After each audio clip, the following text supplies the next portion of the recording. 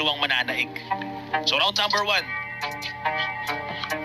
Yun na naman yung kaliwa. Oh! At kung kayo'y mga baguhan pa lamang sa aking channel guys, pagpindot lamang ang subscribe button at notification bell para like kayong updated sa mga bagong videos na ina-upload ko sa aking channel sa YouTube. Intro muna tayo guys. What's up guys? Welcome to my vlog. Welcome to Algen Eric channel.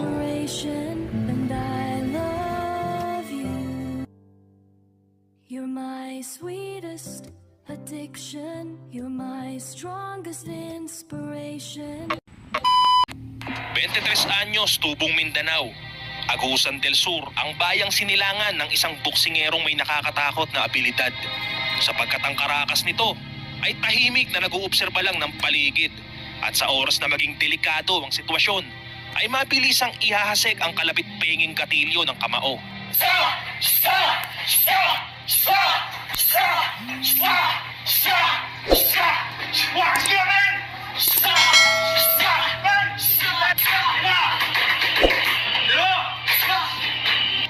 Tinaguri ang The Silent Assassin dahil malinis at malagim ang sinasapit ng kalaban. Kumbaga sa gubat ay mag-isa kang lalantakan nito kapag inabutan ng gutom sa paglalakbay. Naanimoy biyaherong manlulupig sa anumang uri ng lugar na maibigan. Ito ang kwento ng batang boksingerong isinilang para ihayag sa buong mundo na hindi patapos ang kinang ng mga Pilipinong pinasimulan ng isang Manny Pacquiao. Ating saksihan kung paano lumapa ngayon ang tahimik na batang leon mula sa bansang Pilipinas. Sa entrada ng laban ay bansang Thailand ang papalag kontra Pinoy. Matindi ang pitpit nitong kartada dahil sa 8 wins na panalo nito, lahat ay nauwi via knockout. Kaya naman ang bakbakang ito ay inaasahang matatapos sa isang malagim na pagtatapos. Dahil ang kartadang bitbit ni Miel Fajardo ay may isa lamang decision wins at buong 9 na panalo nito ay inilagay sa mahimbing na bangungot. Rated rank number 9 sa buong mundo pagdating sa flyweight division. Ito ang bakbakang Miel Fajardo versus Sarawut Jiamtong. Bakbakan para sa corona bilang pinakamalakas sa Asia o ABF flyweight title. Pilipinas kontra sa Thailand. Huwag po kayong malilingad sa bakbakang ito sapagkat bibihira hong maganap ito sa mundo ng boxing. At hindi ko alam kung magugustuhan nyo yung tagpo ng bakbakan dahil kakaiba ho talaga yung nangyari dito sa kalaban. Sobrang kakaiba. At para sa akin, nabitin ako sa fight. Kulang na kulang para sa akin yung nangyari. I mean, sobrang... Ito, panoorin na muna natin. Round number 1.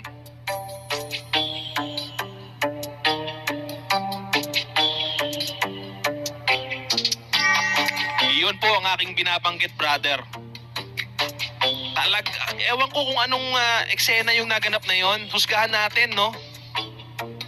Ewan ko kung mag-enjoy ako sa fight. I mean, this is boxing, brother. Talagang ganito po yung eksenang pinasok ng mga boksingero, no? May nananalo, may natatalo, pero malagim ho yung sinapit ng kanyang katunggali rito. Segundo lamang po, it's 4 seconds, 7 seconds. So napakabilis. At dahil nabitin tayong lahat patungkol dito sa bakbakang ito, ating ibalandra muli yung kwento patungkol pa kay Miel Fajardo.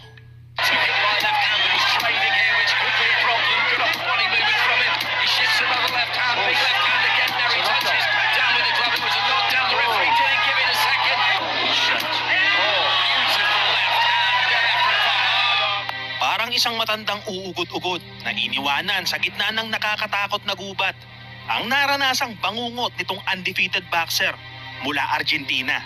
17 wins, 0 loss at 12 by way of knockout. Kung matatandaan natin ay minsang dinayo ni Casimero ang bansang Argentina para itaas ang bandila ng Pinas. Ngunit sa halip na tingalain ang banderang Pinoy, katakot-takot na pagkapikon, bugbog at rambol ang dinanas ng ating matapang na boksingerong si Cuadro Alas. Kaya naman sa ikalawang pagkakataon ng bakbakang Pilipinas at Argentina ay hindi na naulit sa kanilang balwarte ang anumang laban kontra Pinoy.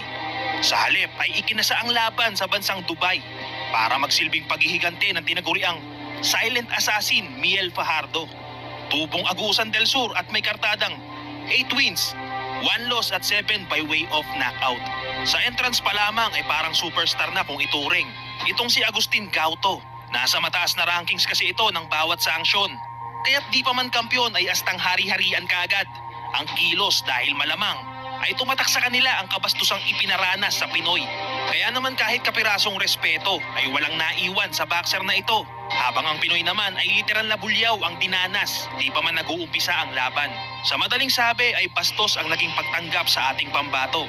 Kaya naman ating panoorin ang laban na magsisilbing paghihigante ng Pinoy sa mapait na dinanas mula sa bansang Argentina. Ito na po ang bakbakang Miel Fajardo versus Agustin Gauto. Philippines, Ismael Fajardo. Agustin El Leon Gauto.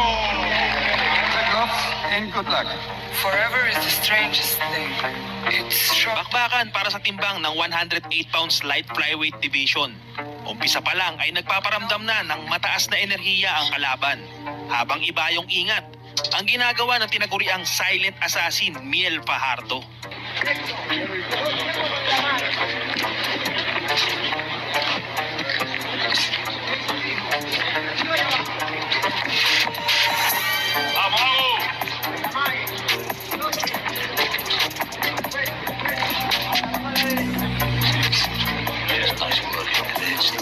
With the eyes really to the belly. Eyes jab to the head.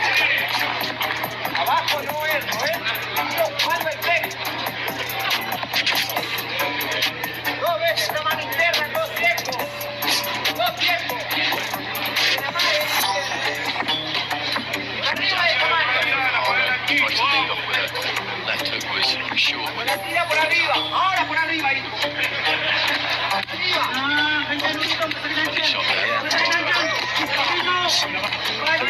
Nagsimulang umatake si Fajardo matapos mapakiramdaman ang suntok na binibitawan ng undefeated opponent. Dito ay nagmistulang lantang gulay ang kalaban sa matinding pirada ng Pinoy. To go down to the body then. Back up to the head, but he let his hands go, but he punches together well.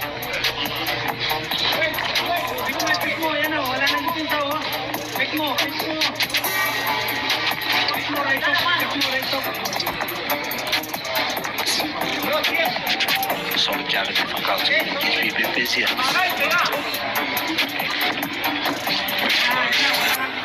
Spaced down when he throws that jab, doesn't he? Steps into it. He needs to, because Fajardo just stays. He takes those feet out well. Do you think he got through solidly with one of those body shots? Yes. Particularly the second one for me. Just gone into his shadow better than Gauto. Hugely, but something registered there, definitely. It's the final minute of the round. Sharp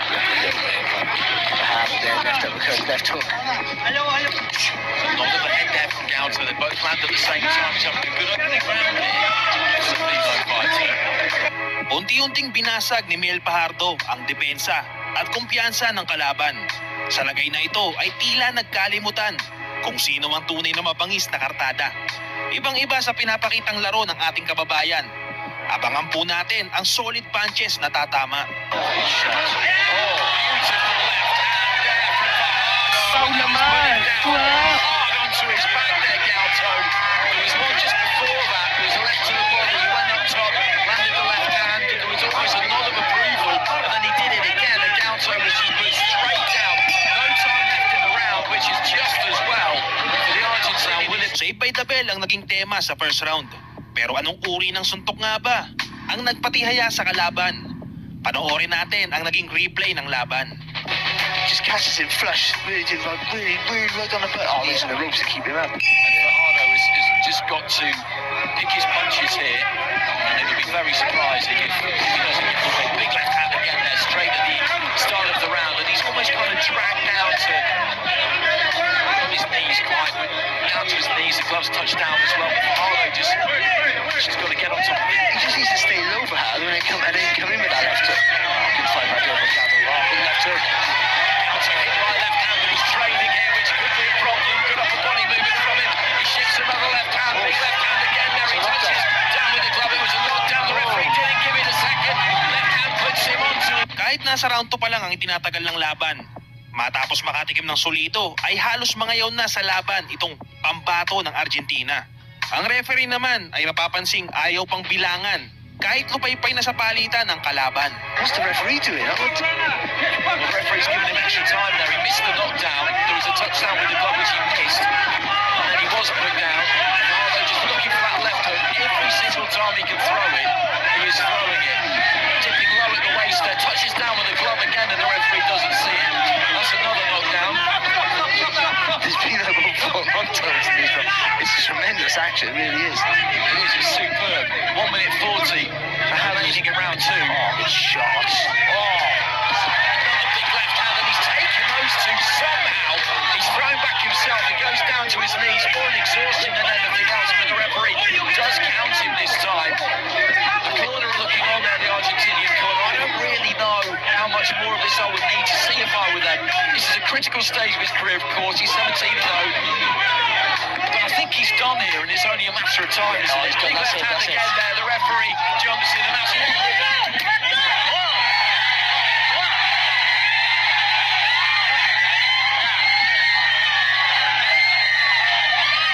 Mula sa baluarte ng Mindanao, lumaganap sa buong mundo bilang pinakamalakas, Duterte at Pacquiao na nagpang-abot sa kinang ng karera. Nagmistulang suko ng agusan ang tahimik na boksingerong may natutulog na lakas, Miel the Silent Assassin Fajardo. Hindi lingid sa kaalaman ng marami. Ang boksingerong ito ay may matinding hirap na dinaanan mula sa training.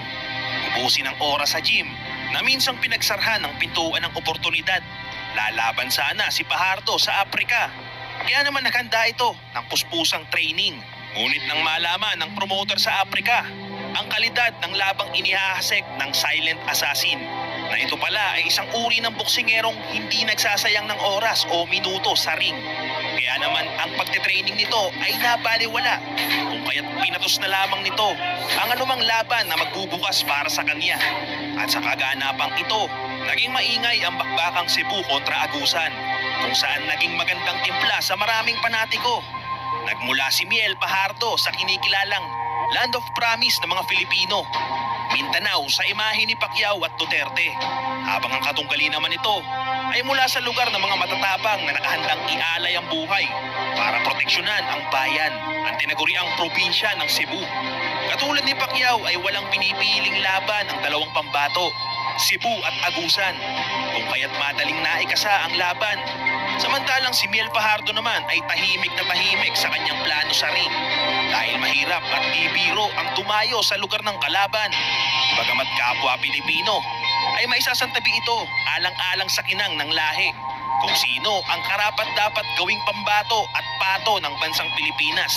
At para ating malaman kung gaano katindi ang naging laban na katulad ni Pacquiao sa pagsisimula ng karera, ating panoorin ang kagilagilalas na naging laban sa pagtatagpo ng dalawang matapang at walang inuurungang bakbakan. Miel the Silent Assassin Fajardo versus John Paul Angas ng Cebu Cabonillas. Battle for OPBF Light Flyweight title. Welcome sa ating commentary podcast. Ito ang bakbakang The Future of Rising Star ng Pilipinas, Fajardo versus Cabonillas, kung saan nakataya po ang OPBF Light Flyweight title.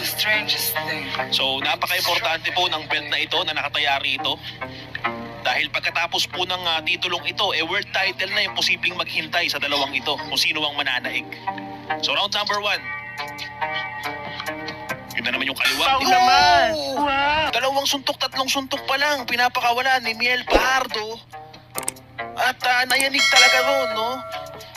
Grabe. Ihahamping natin to sa laro ni Manny Pacquiao mamaya. Itong laro ni Miel Fajardo, kasi grabe yung suntok. Na-develop yung kanan. Talagang ramdam na ramdam yun ni Cabonillas. Hindi niya na pinaporma. Kasi labanan to ng taktika eh. Ow! Uy! Talagang tiniktik na ni Fajardo. Bakbakan po ito ng taktika. Ang problema, hindi na pinaporma ni Miel Fajardo na magamit pa ni Cabonillas yung kanyang taktika na pang-aasar, outbox, sa isang iglap tinapos ni Miel Fajardo at siya ngayon ang posibleng maging future ng Mindanao at hindi lang Mindanao kundi ng buong Pilipinas. Dahil pumalo na po sa rank number 3 sa buong mundo ng light flyweight itong si Miel Fajardo. Sa Thank you for watching, guys. Just click on my YouTube channel, Al Johnny Rick.